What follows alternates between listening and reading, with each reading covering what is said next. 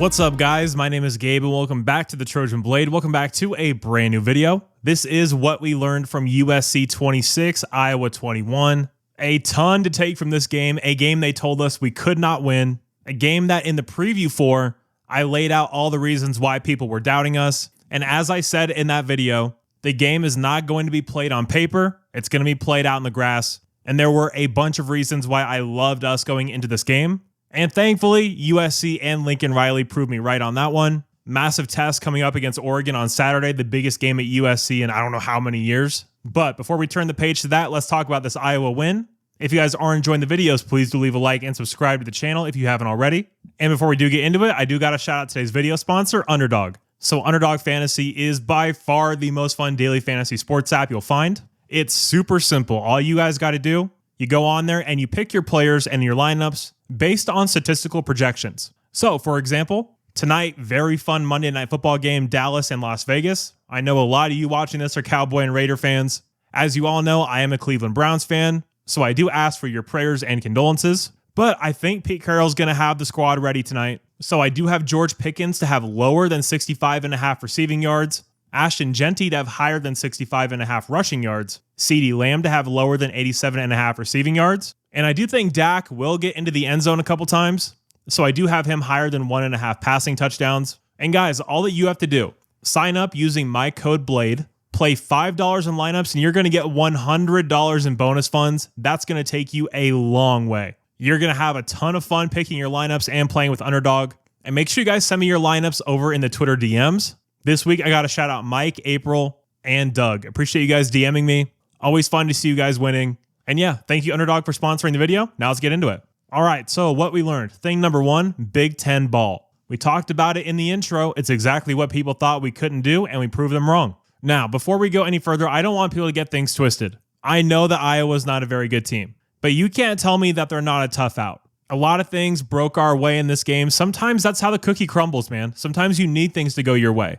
With as much bullshit as we've dealt with over the last few years, I'd say we earned a few breaks here and there, personally. But Big Ten ball, what does that mean exactly? That means Jade Mayava took care of the football. He did not have any turnovers in this game. A major key for this game was the turnover battle, and when you win it 1-0, that's going to bode well for you because Iowa, they always capitalize on those extra possessions. And when you win the game by 5 points, what does that tell you? Not turning the ball over is probably what won us this game. King Miller on the day, 19 for 83 with a long of 17. Those numbers do not do him justice. I thought he was fantastic. It was a slog. There was not a lot of room to run. Elijah Page got hurt. His explosiveness was slowed down by the soaking wet grass. Didn't matter. He was fantastic. Great vision, great patience. I thought he was fantastic on the day. And then defensively in that second half, Big Ten ball is exactly what we saw. Aggressive, stacked box, downhill defense. Minus your two best defensive backs. Didn't matter. Once we took that lead, we smothered them and made it impossible for them to come back. Very tough win, very gritty win. And I don't know about you guys, but after that Nebraska game, with how poorly we truly played, with a Dylan Raiola injury that greatly affected that game, it was hard for me to take anything positive from that. Like, yeah, it was a win.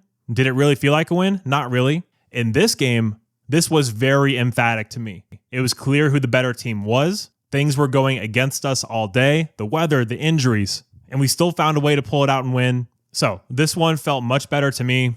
Also forgot to point out for Big Ten ball, Ryan Sayeri on the day, 2 for 2 for field goals, 2 for 2 for extra points. Money as always. And Sam Johnson had a beauty of a punt in the second half. I don't know what he was doing with the way he was dressed. Those shorts were a little short, like they were really pulled up high. So don't know what's going on there, but beautiful punt. And yeah, the special teams just completely rounded out the Big Ten ball style of play. Thing number 2, Lemonade. So we've been waiting for Jacoby Lane to really hit his stride and put together a string of good performances all year.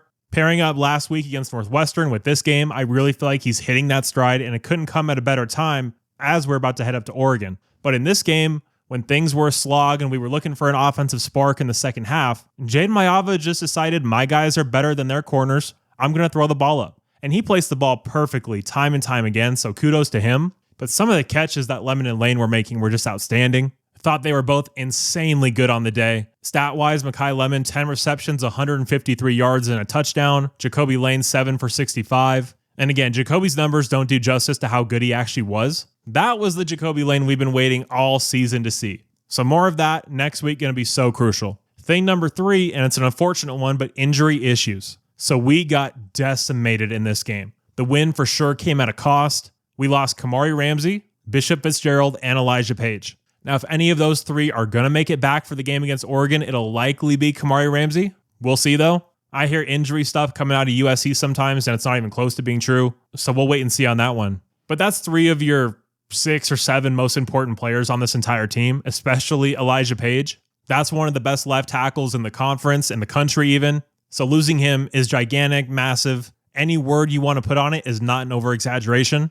Now, Wayman Jordan was able to do a little bit of the warm-up. He obviously didn't play, but the fact that he's progressed to that point indicates to me there's at least a chance he plays against Oregon. Lake McCree was a little gimpy in this game in that second half. He got tweaked, not sure what happened, so that's one to watch. Keyshawn Silver was in and out during the day. He had to go to the medical tent, got banged up pretty early. I know a lot of people were wondering why Carlos Nicholson didn't start this game. Sounded like a disciplinary matter because he was in on that second drive, but he did not start. But that leads me into thing number 4.